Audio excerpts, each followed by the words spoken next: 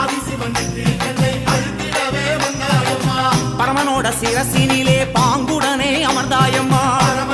சிரசினிலே பாங்குடனே அமர்ந்தாயம்மா. கங்கையம்மா தேவி நீ கண்ண தோர தாயி.